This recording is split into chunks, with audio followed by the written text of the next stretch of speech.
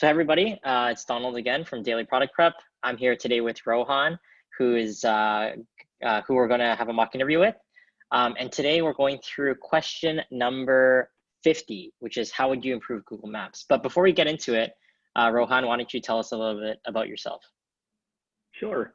My name is Rohan. I'm here in Vancouver, Canada, and I'm a product and software consultant. Awesome, cool. So without further ado, we can just jump right into it. So this problem was recently asked by Google, and the question is, how would you improve Google Maps?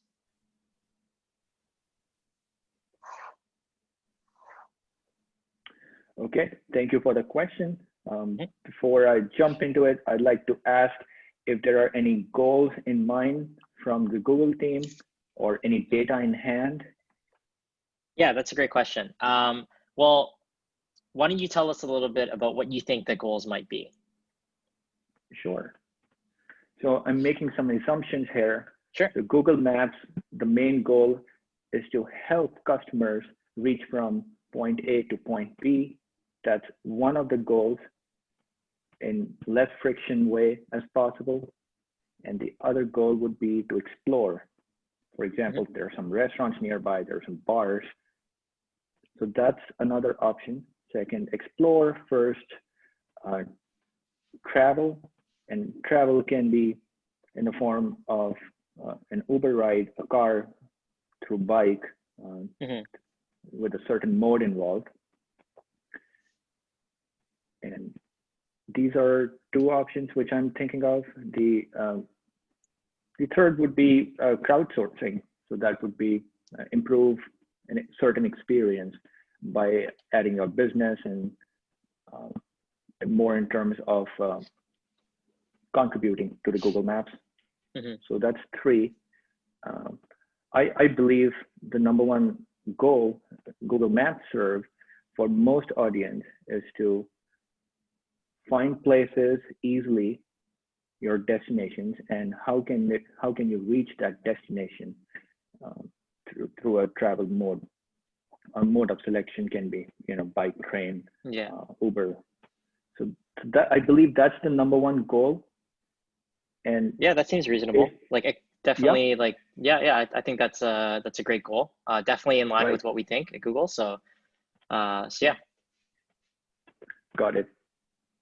Before moving forward, I'd like to ask if the team has done any customer interviews to get some feedback or found certain areas where the users are dropping. Yeah, that's a really great question. So we've done some user research, and as far as in the funnel, we don't have that much data on our funnel, surprisingly. But what we can tell you is that we're finding that in particular, when it comes to travel, people are finding navigation to be difficult. But in terms of discovery is something that our users are actually finding to be quite designed in a way that's quite beneficial, at least from what our data tells us in terms of usability, engagement, etc. Got it. Thank you for the input. So that lets me think that our focus should be on travel part, specifically the navigation. And I can jot that down as the problem. Our problem, I'm making an assumption again, users are finding hard to use Google Maps for navigation. That's a very simple statement. And more specific would be on a certain platform, Google Maps is becoming hard to navigate. Do we have any data around a certain platform, which is, it can also include CarPlay or Google Play and beyond smartphones? We don't have that kind of information. So you can make assumptions where you see fit, and then we can talk about them. Okay. I'll make an assumption here. And before making an assumption, I'd like to ask, where did that information demographic come from about the navigation? There's a room for improvement there. Was it US only, US and Canada, or some other location? You can assume that the data that we the pool of candidates from the data that we receive is quite diverse. Okay, so diverse, that means it's from different geographic locations. And I'm going to make an assumption here. It's Android because 80% of the population uses Android, if that's okay. I think that's reasonable. Yes. All right. Android because it's 80%, and the goal is to improve the navigation. Okay. So now we have the platform also written down. I want to focus more on the users. Who are the actual people who are using this, the customer segments? So I'm going to make some assumptions, if it's okay.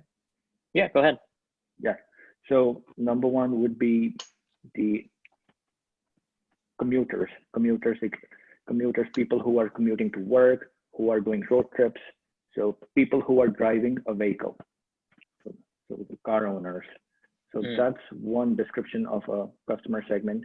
The other one, which I'm thinking, is bikers, people who love to be eco-friendly and they want to use navigation, biking, walking. So I'm categorizing them together. The third option would be Uber rides. I know the population might be very less. That's my assumption. Many people want to just click on Uber and do the deep linking jump to Uber app. That's third customer segment. Navigation problems can happen if they have Google Maps on their device and they want to see it on their Google Play or Android Play. So that's another small demographic, but I'll just mention it. Google Play, Android Play. I should say Android Play and Google Play now. Okay. I'm going to focus on the car owners who specifically love to do road trips. They're doing their commutes. They're traveling to new places. If it's okay, I can go with that assumption. Focus on one customer segment.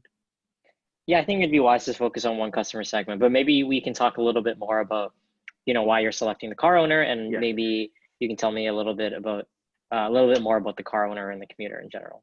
Sure. That's the customer segment.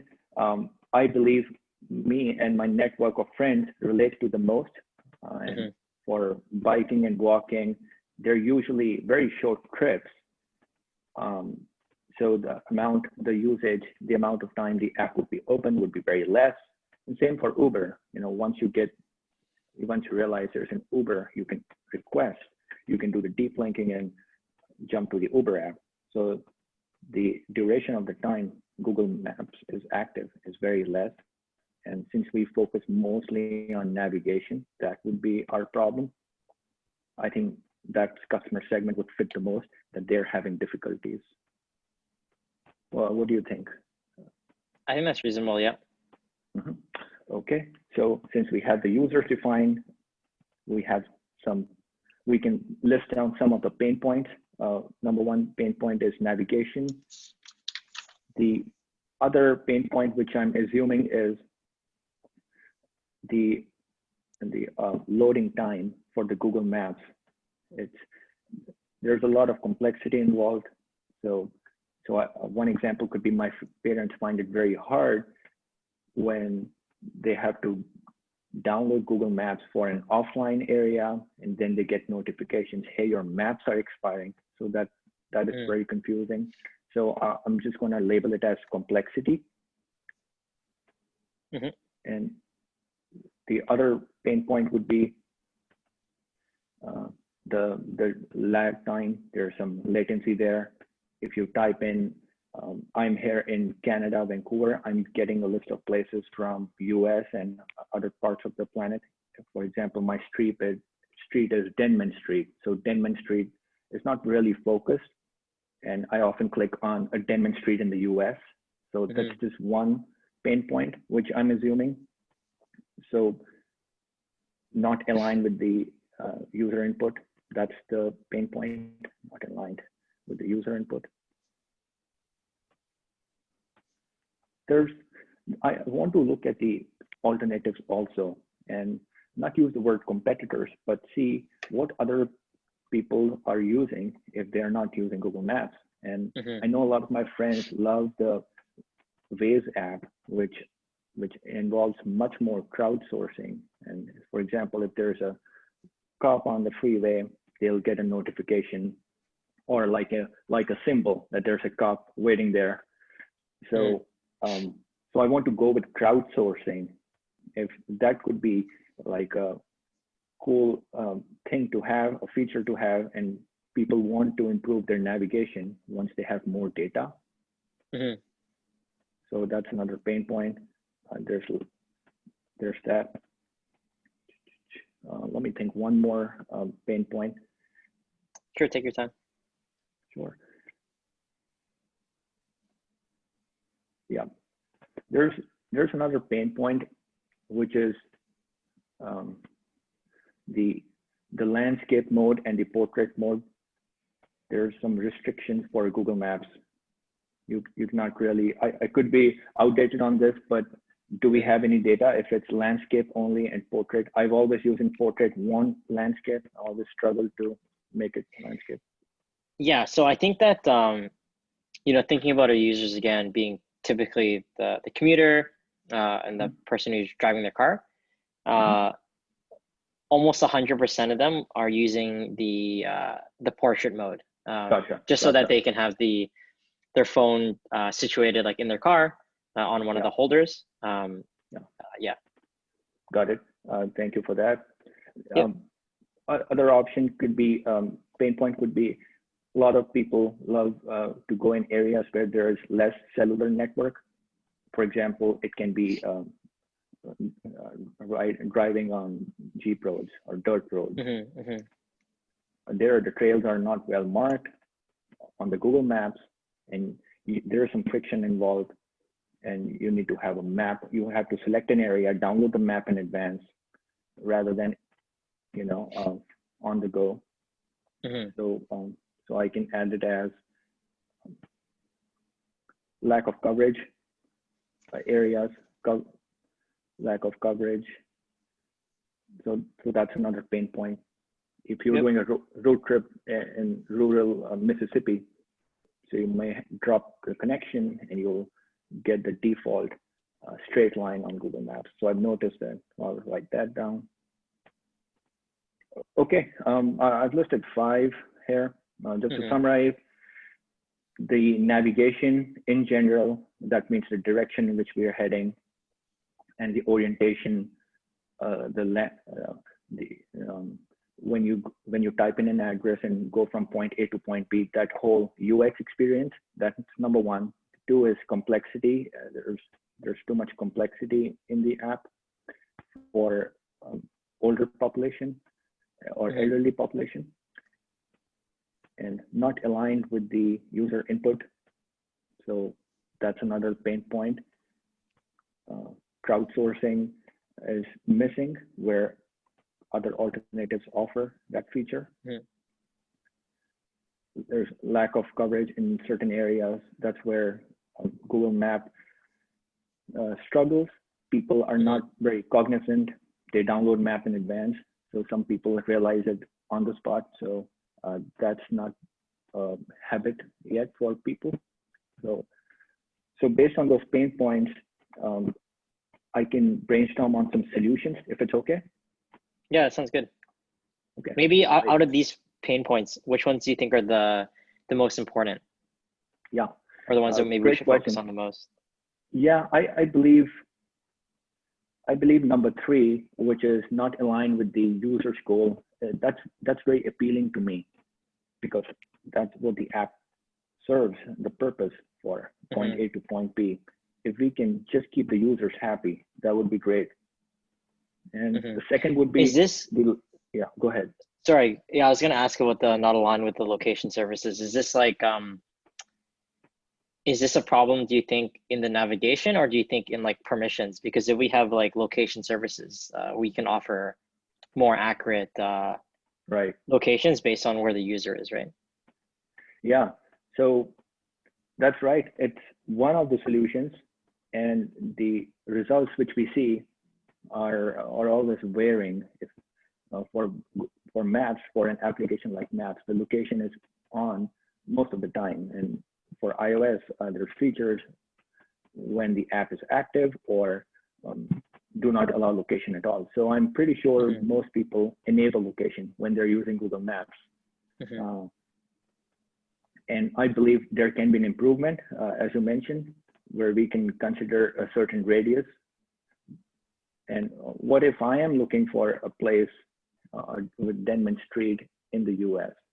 So that's another possibility, another user flow we should consider. Under what circumstances we should display I see. other areas.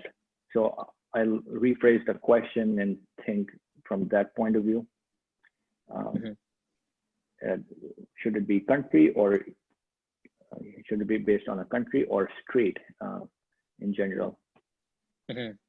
Yeah, yeah, and I'd like to improve on the habit-taking behavior of forming a positive habit for Google Maps that addresses the fifth point of lack of coverage.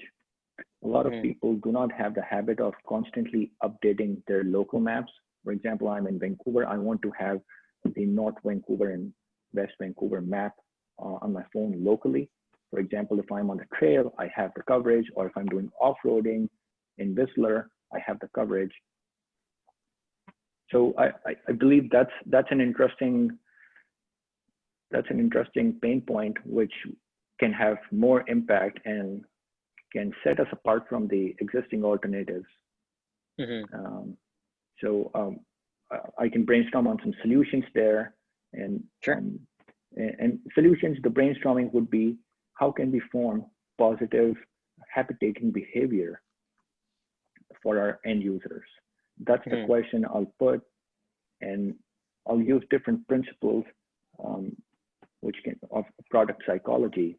And the number one is, you get notification, you update, you show some kind of urgency. Hey, your maps are expiring in 30 days or like in a week. So the user is definitely bound to intervene and upgrade the maps. So and they'd like to get the notification out of the way when they launch the app. So that's showing uncertainty. And the other would be, I should use the word urgency, showing urgency. Okay, and the other I was thinking is just more rewarding. How can we reward the users for doing that action? One solution which I'm thinking at the back of the head is, what if we continue some sort of a streak, or provide some kind of a metric? Hey, you're in the 25% of the users who have local map of Vancouver downloaded on their phone. So some kind of a cool metric just to form that habit-taking behavior and have that streak on. So I'm mentioning metric here. In terms of not aligned with the end user's goals, another point which struck me was, right, what if I'm typing a wrong address and the address doesn't exist?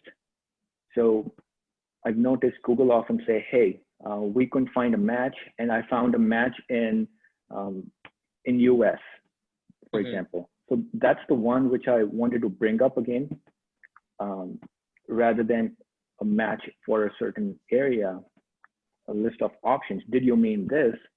I just get a notification saying, or I just get a message saying, sorry, no matches exist for this street.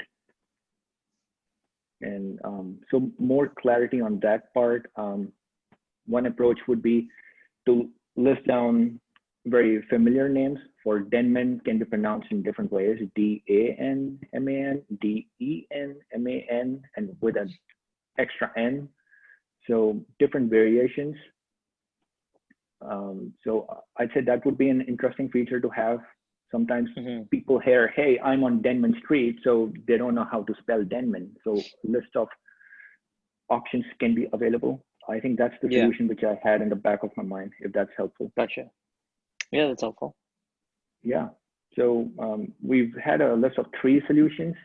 So just to summarize, the sense of urgency, which addresses the problem that your maps are expiring. It forms a habit-taking behavior. The second is also using concept from gamification, product psychology, where you see in metric, you're on a streak and you download those offline maps.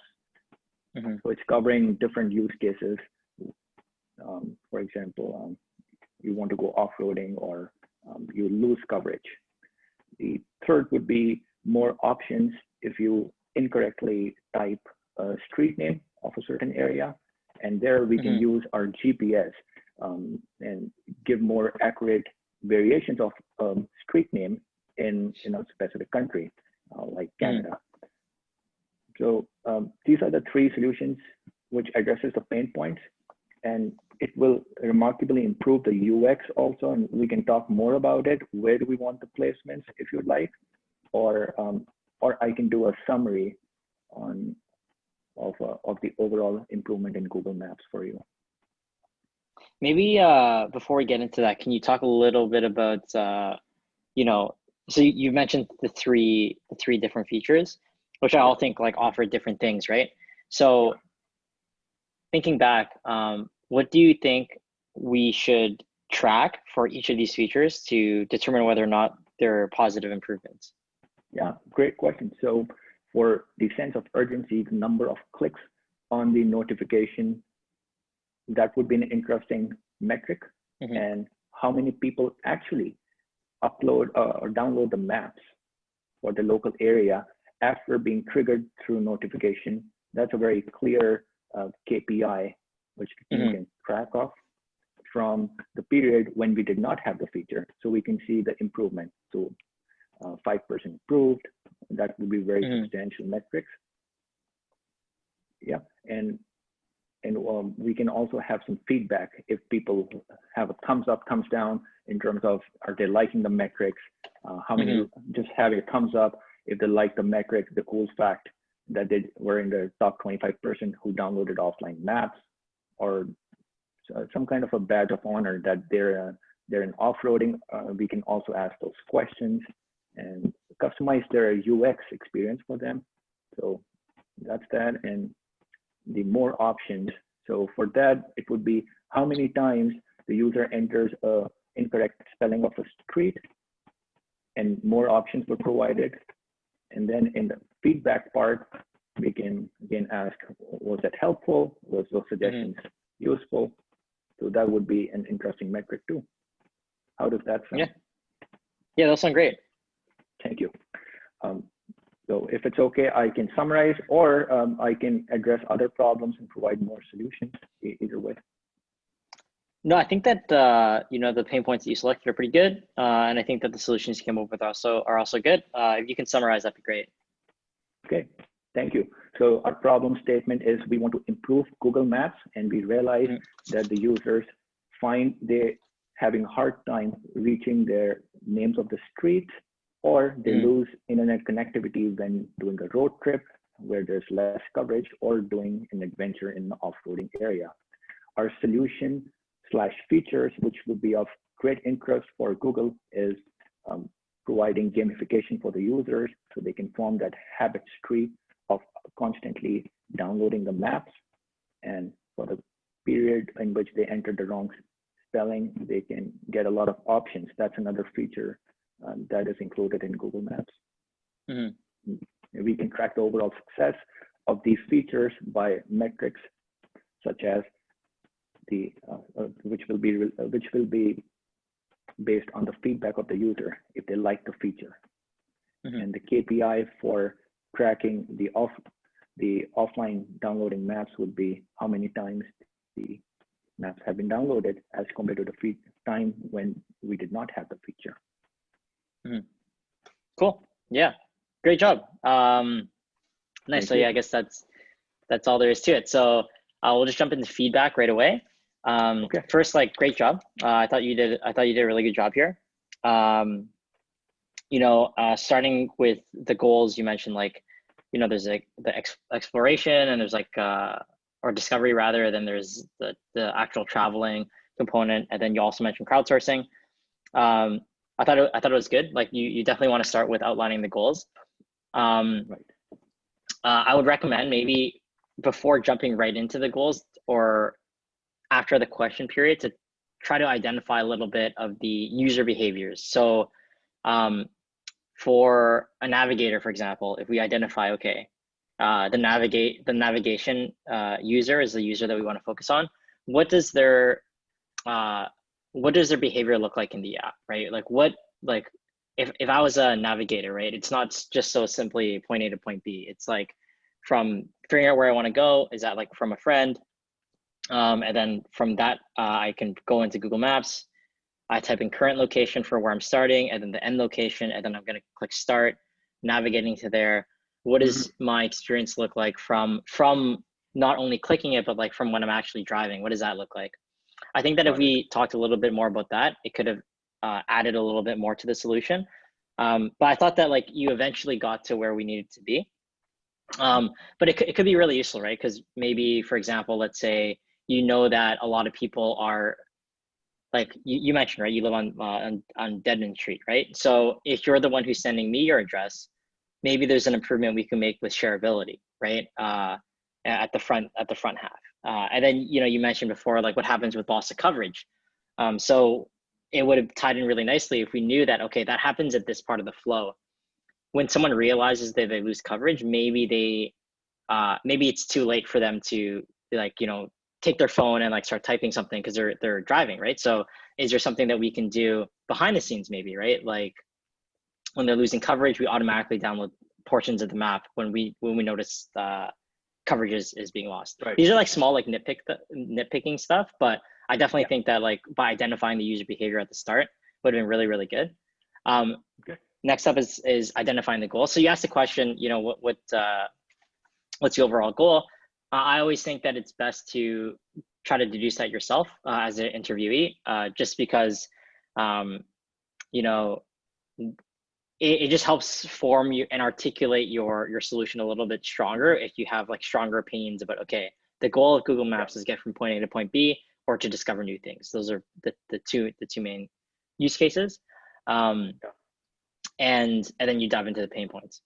I thought that you did a really good job at identifying the users that you went with. So you mentioned commuters, I think there's bikers, people who are just Ubering around, etc. I definitely think that was very clear. And I like how in each part of your solution, you listed out like, okay, like there's this, and then going into a little bit more detail. I thought was really good.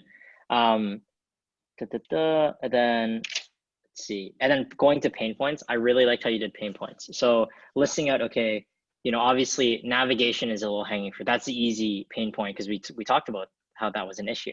But going into, okay, like loading time and complexity, I definitely think that's also like a really big pain point that you were able to nail. Yeah. Especially, you could maybe mention like Android users typically skew older than iOS users. Yeah. And, a lot of people, especially because our data set was very diverse, maybe they're from different parts of the world, maybe the UX that we're offering them isn't like the best. And also, if you just open Google Maps, it can be very overwhelming. Like I know my parents, for example, they don't know how to use any kind of app. So when they open up Google Maps and there's like all these, like there's the map, then there's like the navigation, and there's the tabs at the bottom, they get super confused. So I really like that. You picked an interesting one with the not aligned with the location services, which, I asked you the question midway through, but I thought that you handled it really well. And I thought, you had a good response for it. Always got to be prepared just in case the interviewer tries to, throw you off a little bit or whatever. But I thought you handled that nicely. Lack of coverage. I really like that pain point. It's actually not a pain point that I considered. And so when you brought it up, I thought that was really cool. And crowdsourcing. Yeah. So you started going and talking about ways. I think that I thought that was good. Maybe talk about more apps if you want to bring up competition, or talk about like, you can say like, what Waze does really well is crowdsourcing. And then what we do really well is this. And, tying it back together a little bit, you can maybe say, for example, with crowdsourcing, Waze users find crowdsourcing really beneficial because it gives you the most up-to-date and like relevant navigation. We have a much larger user base. So imagine what crowdsourcing could look like on Google Maps. when Waze has a fraction of our users and they're able to do it already so well. So it's like small stuff like that could just tie it in a little bit better and help segue your talk on competition and how that pain point is still relevant for our users and tying it into your solutions. I like how you listed up 3 solutions. Always really good to list up multiple solutions. And I like how you were able to label them like, okay, this one is like habit building, this one is gamification, and this one is like the misspelling one. I forgot what you called it, but I think that was really good. I like how you talked a little about product psychology. Maybe talking about loss aversion in this case could have been useful too, as another solution, because I feel like you talked about positive reinforcement with gamification. You talked about like prompting with the notifications, maybe loss aversion, right? Like, hey, like you don't want to lose coverage. Hey, you don't want this to happen, whatever. Especially for like utility-based apps, I find loss aversion to be a little bit better. But that's just conjecture. That's just my opinion. Overall, I thought that it was really good that you were able to list the three separate solutions. And I think the only other part is just like jump right into metrics when you're finished the when you're finished that. I think it's tied into the solution, right? So something just like like we're gonna do gamification. That's like one solution, and we obviously want to make sure that people are using it. So the way that we would track the success of that is that we would track these 3 things, right? Maybe it's conversion on it. Maybe it's like the habit building that we're looking for. I think that just will package it a little bit, nicer at the end. But overall, I thought that you did a really good job. And I think that the feedback that I'm giving is like, it's just like the really small, like nitpicking things that could just put you over the top, so to speak, with just a little bit more practice. But yeah, that's just my feedback. Do you have any comments or other questions or, anything else? It's always this question, how much deeper should I get into it? And we know when we schedule an interview, it's let's say a 45-minute interview. We're 30 minutes already, and we are still discussing pain points, for example. So, how can I improve on that? And that's why I was kind of rushing in the end. 35 minutes already. So should I do the summary? And I wanted to go about thinking more solutions. So I settled on 3. Is there a number like 3 is enough out of 5 pain points? I was thinking some feedback on that. Yeah, so I tried to guide you a little bit there. So when we were talking about pain points, at the end, I asked you to like, okay, of these pain points, which one do you think are the most important, right? Because like being conscious of time is really, really important. And so if you jumped in and said like, okay, we listed out 5 pain points, I think that these 3 are the most important pain points, or the most, prevalent pain points, perhaps. Navigation, lack of coverage, and then something else, maybe, right? Then you could say like, okay, I'm gonna come up with 3 solutions to tackle each. I thought that would be really good. I definitely think that like you don't need to overdo it with solutions when it comes to an improvement product problem. I thought you did a really good job at spending, like taking your time going through the pain points, going through the users. I think talking about the users even like a little bit more would have been even better. And that's kind of going to like the identifying the behavior flows, right, of each user or of the user that you want to focus on. I think that fundamentally you want to focus more on the user than the solution, which is really kind of ironic and unintuitive for a question like this, because even though you're asked to improve the product, you're improving the product for someone. And so it's about identifying who that someone is and then coming together with your interviewer at the end to figure out, okay, these are the ones we want to focus on. So to answer your question, I think that 3 solutions is fine. If you want to package it a little bit nicer, you can, get ahead of, the interviewer and say like, okay, of the pain points that we identified, these ones are the most important. So I'm only going to talk about solutions for these. And I thought you did a good job also, you like asking, right? Like if you want, I can go into more detail about other ones if we have time, but otherwise I think that these are like definitely the ones that we want to focus on. Oh, wow, that was great feedback. One last question I had was, I didn't bring up age, and you mentioned a very good fact, like, okay, there are more older users using Android and along those lines. So I I could have used different buckets such as Gen Z or millennials try to use more ways like Google Maps instead of over Google Maps. So Yeah. do you think I should have brought up age and mentioned that or coupled it with my pain points?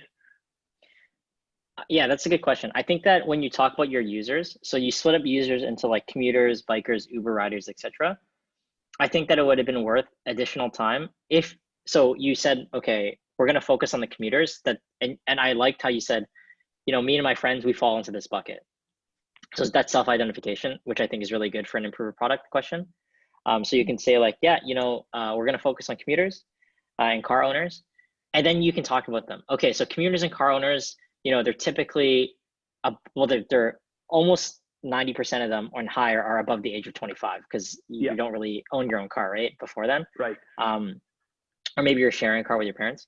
So you're like, so you can say that, right?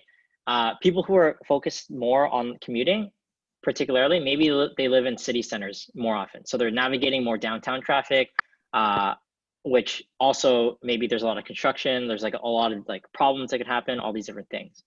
And then you can just talk a little bit more about that user, right? Besides just saying, okay, yeah, they're commuter, they drive their car. Talk about like what they look like. And that kind of goes back to also like going back to the first feedback, which is like the behavior flow of the navigator, right? Like, what does it look like for the commuter? Okay, he wakes up in the morning and or he or she wakes up in the morning and then they put in their, like where they want to go. Maybe if they're commuting the same trip back and forth every time. So what are the improvements we can make there? Maybe like small, like, oh, today there's going to be traffic on this area, so you're going to take this route instead. Or today there's going to be construction on this area, so you'll take this route instead. So like just by talking a little bit more about the user that you want to target in particular, you actually figure out all these other pain points. Like even just talking now, we're like, oh yeah, like I didn't even consider construction actually until like, I'm kind of explaining it to you. And then, and so all these like small things. So just spend more time on the users, and then more ideas and more things will start to kind of percolate and build for you. Excellent. Great feedback, Donald. I appreciate that. Thank you. Cool. Yeah. Any other questions or? That's it. Very helpful. Thanks. Awesome. Thanks, Rohan. I'm just going to stop the video.